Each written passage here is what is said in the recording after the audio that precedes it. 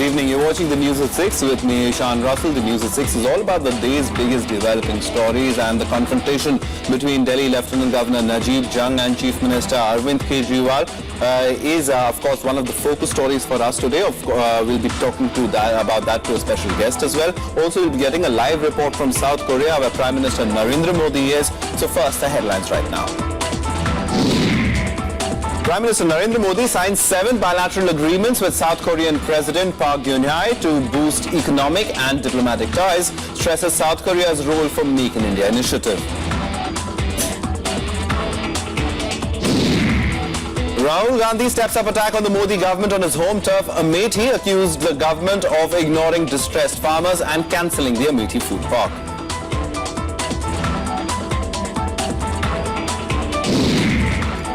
Turf war between Delhi government and Lieutenant Governor Najib Jung worsens over controversial appointment of Chief Secretary. LG rejects Kejriwal's decision to replace Principal Secretary. Centre to announce appointment of Central Vigilance Commissioner after Supreme Court clears the deck. The key post has been lying vacant since September last year. And the Southeast Asian migrant crisis worsens as Indonesia asks fishermen to abandon those stranded at sea. Foreign ministers of Malaysia, Thailand and Indonesia to meet to decide the future of the migrants. Well, our top story this evening: after China and Mongolia, Prime Minister Narendra Modi reached Seoul in South Korea today, the last leg of his 3-nation tour. Signing of agreements to ease trade flow between the two countries and Modi stressing the importance of South Korea for his Make in India program have been the focus areas today. Here's a report. On to another Asian powerhouse, to the region's 4th largest economy. On the final leg of his 3-nation tour, Prime Minister Modi reached South Korea on Monday morning. In Seoul, a meeting with the Indian diaspora came before his official meetings. Over 1,500 Indians attended the community reception. And once again, the economic partnership with South Korea, India's potential as an investment hub, the people-to-people links and a strategic potential were thrust areas, even alongside a dig at past governments back home. मेरी सरकार की नीति का एक महत्वपूर्ण हिस्सा है, खास करके विदेश नीति का, और वो है एक्ट ईस्ट पॉलिसी। पहले था लुक ईस्ट पॉलिसी। अब बहुत देख लिया। जब पहले सुनते थे कि 21वीं सदी एशिया की सदी है, तो लगता था कि एशिया की सदी में हम भी कहीं होंगे कि नहीं होंगे। लेकिन आज एशिया को लगता है कि अब हिंदुस्तान जिस प्रकार से उठ खड़ा हुआ है, 21वीं सदी एशिया की सदी बन के रहेगी। At the one-on-one meetings with President Park Geun-hye and delegation-level talks, the two sides underscored the potential of a closer partnership in a range of areas. 7 bilateral agreements were signed, from taxation, power, audiovisual production, transport and more. Modi termed the meeting the foundation of a relationship that Asian nations with shared values should have. We consider Korea a crucial partner in India's economic modernization. We are pursuing a comprehensive program of economic modernization that covers all sectors of our economy and all aspects of our policies and procedures. We have a special focus on infrastructure and developing a world-class manufacturing sector. The Prime Minister called on UN Secretary-General Ban Ki-moon ahead of a banquet hosted by the South Korean President. Lined up for Tuesday, the Asian Leadership Conference, meetings with business leaders and a Hyundai factory visit. Korea may be important for Make in India mission of Indian government, but Korea also has to learn from democratic principle of India in international politics. The important thing is that India should not be trapped into the internal politicking of Japan, Korea and China, so that our own interests are hampered. Akhilesh Suman in Seoul with camera person Dusmanta for Rajya Sabha television. And let's go across to our assistant editor at Rajya Sabha TV over here, Akhilesh Suman, who is in Seoul in South Korea, and to get he's getting us the latest from there. Make in India, of course, the Prime Minister's big pitch in the Asian giant. Akhilesh, tell us more as far as the engagements there are concerned, and how is the Prime Minister's visit being viewed by the South Korean people?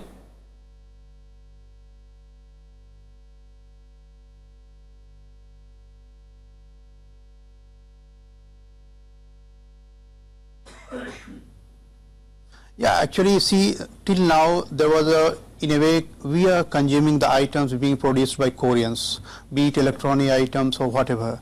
But now the Prime Minister emphasis is that why not we use the technology of Korea, why don't we can use the technological advancement of Korea for rebuilding our own infrastructure, the things that we need really for the nation building, for the development of our country.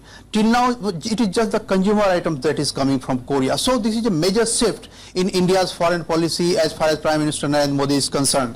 And he has two-pronged, wherever he is going abroad, he has two-pronged strategy. One, infusing a confidence in the people of India living there in that country, and another that giving confidence to the countrymen of the country concerned, the traders, the businessmen, the industrialists, that yes, if you come to India, if you produce in India, we are ready to give some more facilities so that you can develop yourself, you can develop our own country. And in that context, double taxation avoidance treaty is one of the most important thing that we had with Mauritius earlier. In that way, you can understand that investment from Korea can come to India easily without giving double taxes.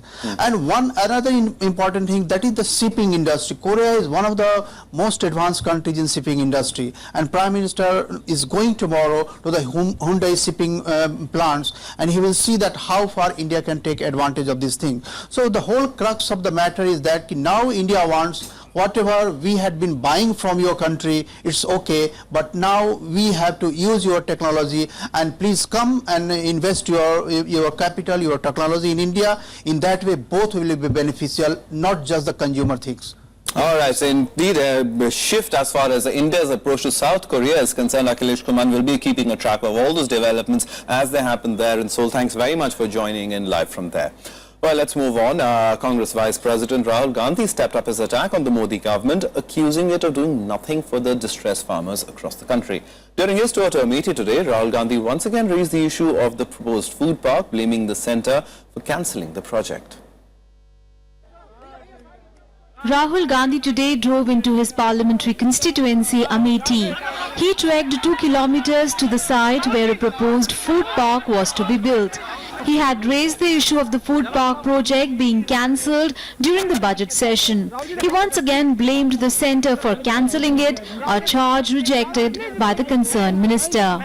Vision था, सोच थी कि हम food park लाएं, यहाँ पे 5, 6, 10 districts का फायदा हो, किसानों का फायदा हो, मजदूरों का फायदा हो, मगर अब मोदी सरकार ने उसको छीन लिया, और मुझसे नहीं छीना है, वो किसान से, मजदूर से, कमजोर लोगों से छीना है। यूपीए की सरकार थी, उसी समय में जो है से फूड पार्क का निर्णय हो गया था कि इसको बंद कर दिया जाएगा। जो कंपनी थी उसने अपना हाथ खींच लिया था कि जो हमारे साथ में कंडीशन है, वो कंडीशन में क्या कहते हैं कि हम नहीं कर पाएंगे, इसलिए फैसला क्या कहते हैं पहली गवर्नमेंट का था। Reacting on the first anniversary of the Modi government, Rahul Gandhi scored a 0 out of 10 points for its performance, for its handling of issues involving farmers and labourers. He was particularly critical of the Prime Minister's tours abroad at a time when farmers are battling crop losses.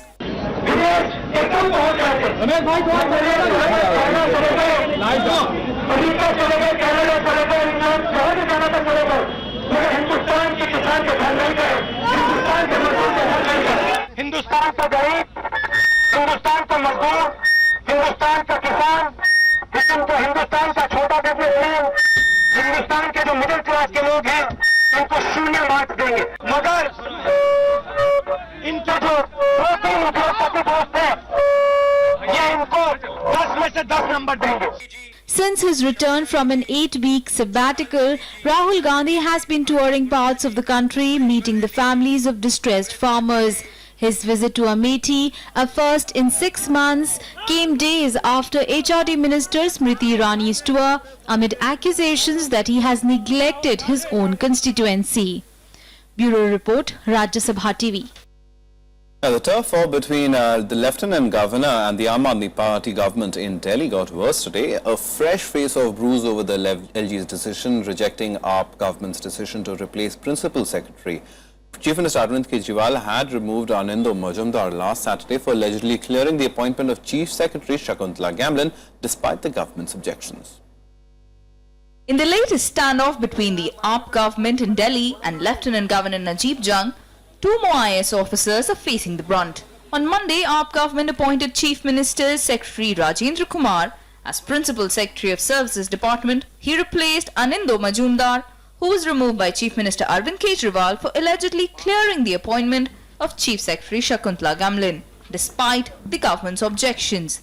However, the Lieutenant Governor rejected Rajendra Kumar's appointment, terming it void. Reacting to the appointment, the LG shot off a letter to Kejriwal, noting that it did not have his approval. Meanwhile, Anindya Majumdar's office was locked out since Monday morning as per the directive from Chief Minister Arvind Kejriwal's office.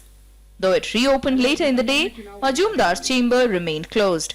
The turf war between the LG and the AAP government over the appointments for key bureaucratic posts drew sharp criticism from other parties. अगर हर जगह टकराव होना है तो इससे किसको फायदा होगा? पर सारा प्रशासन ठप पड़ा है आज की तारीख में. ना एलजी को उससे कोई मतलब, एलजी साहब अपने मजे ले रहे हैं, मुख्यमंत्री अपने मजे ले रहे हैं. The Lieutenant Governor of Delhi is playing according to the rule book of the Constitution, and Delhi Chief Minister Mr. Arvind Kejriwal, from all indications, wants to treat the Constitution of India the way he treats his own party constitution. He should understand this is serious governance matters. He cannot take things into his own hand. Meanwhile, Shakuntala Gamblin, whose appointment as Delhi's Chief Secretary kicked off the ongoing tussle, met the Home Secretary on Monday. The AAP government has accused the centre of trying to influence her appointment through the LG. Kejriwal has sought a meeting with President Pranab Mukherjee over the issue. With inputs from Anu Devan, Bureau Report, Rajya Sabha TV. And amid the raging dispute over the appointment of Delhi's acting Chief Secretary, the Minister of State in the Department of Personnel and Training, Jitendra Singh, slammed the Aam Aadmi Party government for misbehaving with civil service officers. He also stressed the need for dignified behaviour towards bureaucrats. As LG Kejriwal face off turns bitter, the DOPT that controls the IS cadre steps in. MOS Jitendra Singh stoutedly backed officers entwined in the controversy, hitting out at Delhi government, slamming it for what he termed a hullabaloo to politicize the matter. We in the Department of Personnel and Training is concerned, and I being responsible for the Department of Personnel and Training, I would just like to reiterate that every appointment that is being made by the government is made with absolute transparency, absolute objectivity, and under certain set procedures and certain mechanisms. The Congress pitched too with its criticism.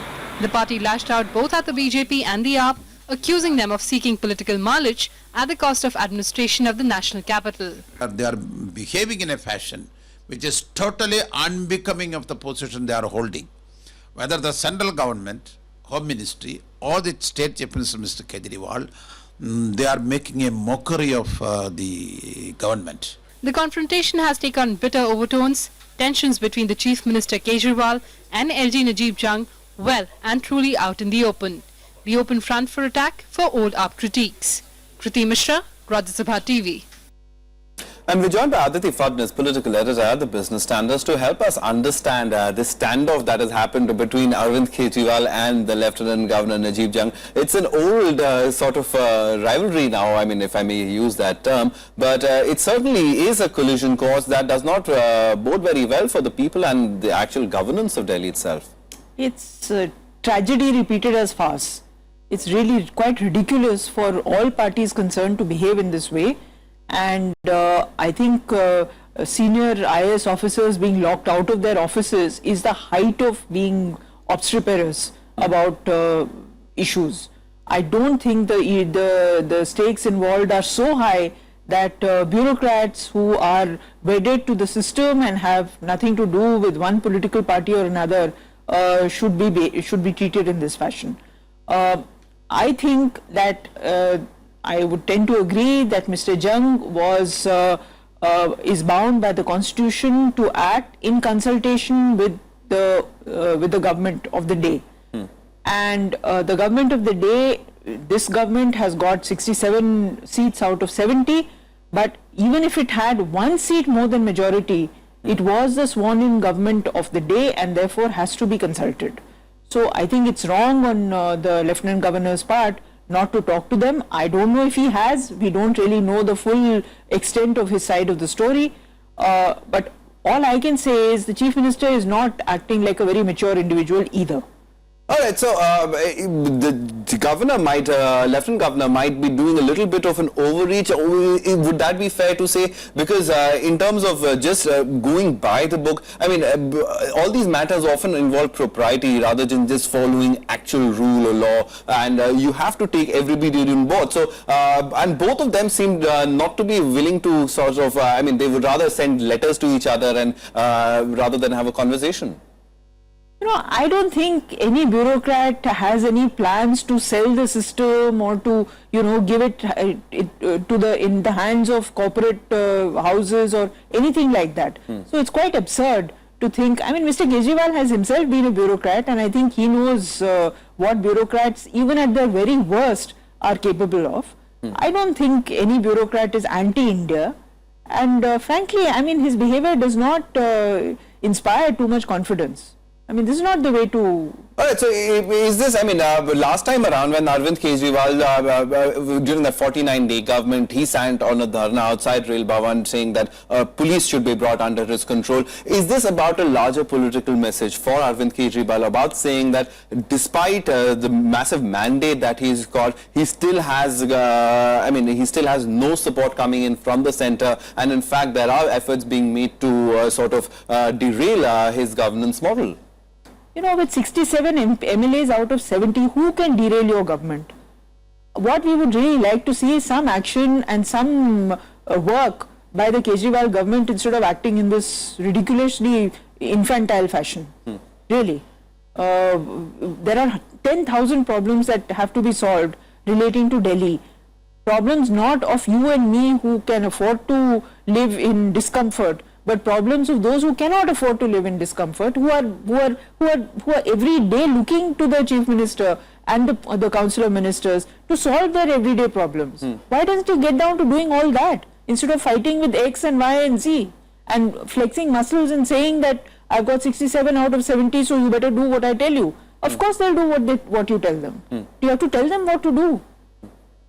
Absolutely. Final question, Aditi. As far as the bureaucracy is concerned, now you raised a very important point, the message that is being sent out to the bureaucracy. What do you make of that? Because with this kind of a confrontationist attitude, it's just the first year of government, there are 5 more years to go. So this certainly does not bode well for Delhi. You know, I really don't know. I think that earlier when a young woman cut a red light and called a policeman who tried to stop her names and threatened him with all kinds of things, and he too retaliated. I mean, where are we all going? Are we going to, is this some kind of a zoo where people are going to be prodded by sticks and, you know, you are going to be a spectacle for everyone to see? I don't think so. So I think you need to trust somebody, not just your own judgment, but some part of the system, because ultimately it's the system which you have to make work for you. Absolutely. I think it comes down to that, Aditi Vadnas, about the system. The system becomes such an abused term that one does not understand, or one does not often respect the fact that the system is what keeps it all cohesive, all together. Today, I'm not even sure if the bureaucracy is absolutely confident that if they do something right, Mr. Kejriwal will stand up for them, because he was the one who told the young woman who broke a law that you did absolutely right. And we are talking about the same Kejriwal who opened and an electricity circuit box and redid all the circuitry. Right. Now, if you and I had done that, we would have been in jail. All right, so indeed, from activist to chief minister, the transition, of course, is there. But what about the Delhi Lieutenant Governor's role? That still is in question. The collision course, of course, the both are headed on, is certainly on, and the president is expected to intervene in the matter. The Home Ministry is supposed to suggest what to do in such a situation. Aditi Fadnis, thank you very much for coming in and helping us understand this matter a little better. Well, time for a very quick break right now, but coming up ahead, still President Pranab Mukherjee addresses a special session of the Uttarakhand Assembly, emphasizes on the importance of parliamentary practices and conventions.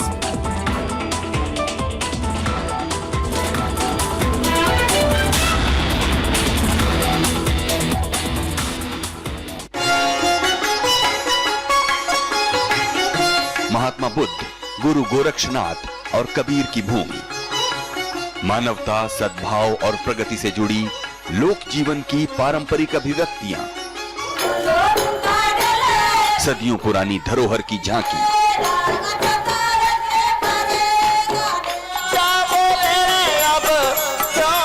देखिए हमारी special report लोक रंग में, सिर्फ Rajya Sabha TV पर।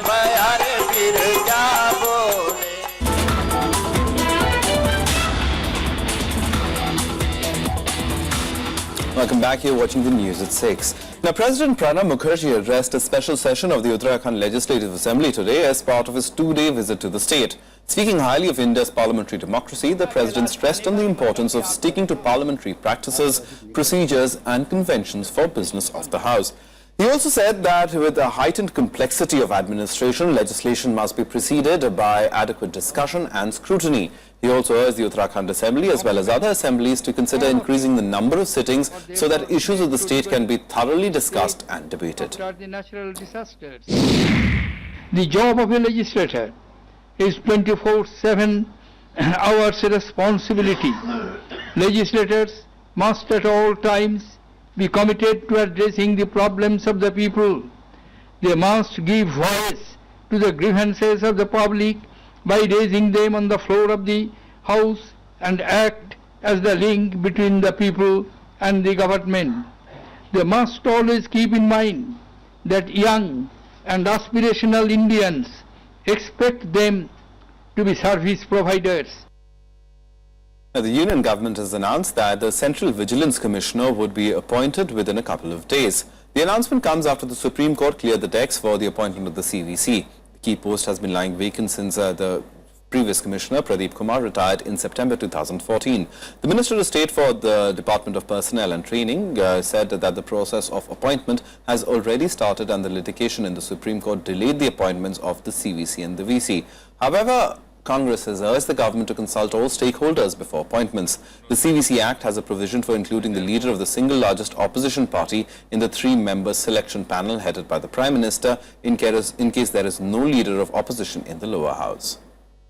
We have to keep it informed about every stage of procedure being followed as far as the appointment of the CVC is concerned, and you are right.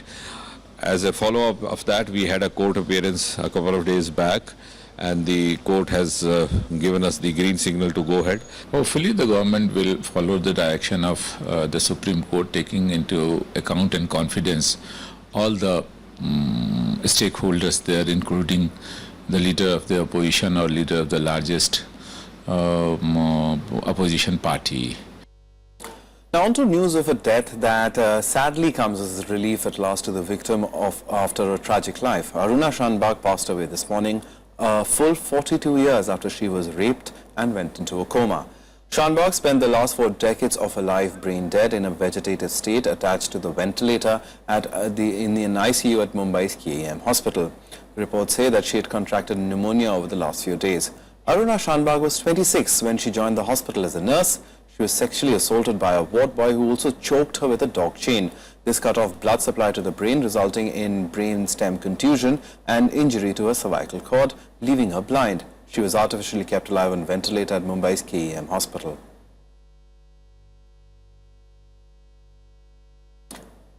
For a quick check of other national news stories, let's take you nationwide.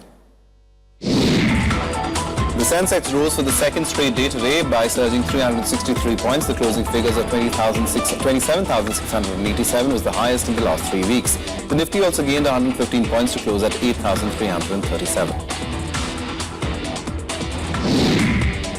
The Delhi High Court issued notice to the centre on a plea of Greenpeace against the suspension of its registration. The High Court asked the government if it can allow Greenpeace to use its domestic accounts for day-to-day operations and pay salaries. License of Greenpeace was cancelled for allegedly failing to declare details of donations from abroad. Draupadi Murmu was today sworn in as the first woman governor of Jharkhand. Murmu succeeded Saeed Ahmed, who will take over as the governor of Manipur. A two-time BJP MLA from Odisha, Murmu was a minister in the Navin Patnaik cabinet when the BJD ruled the state with the support of the BJP. A massive fire broke out in the old Newmarket area in central Kolkata today. Around 20 fire tenders were rushed to the spot to tackle the inferno that gutted part of the 141-year-old market. However, no casualties been reported in the incident.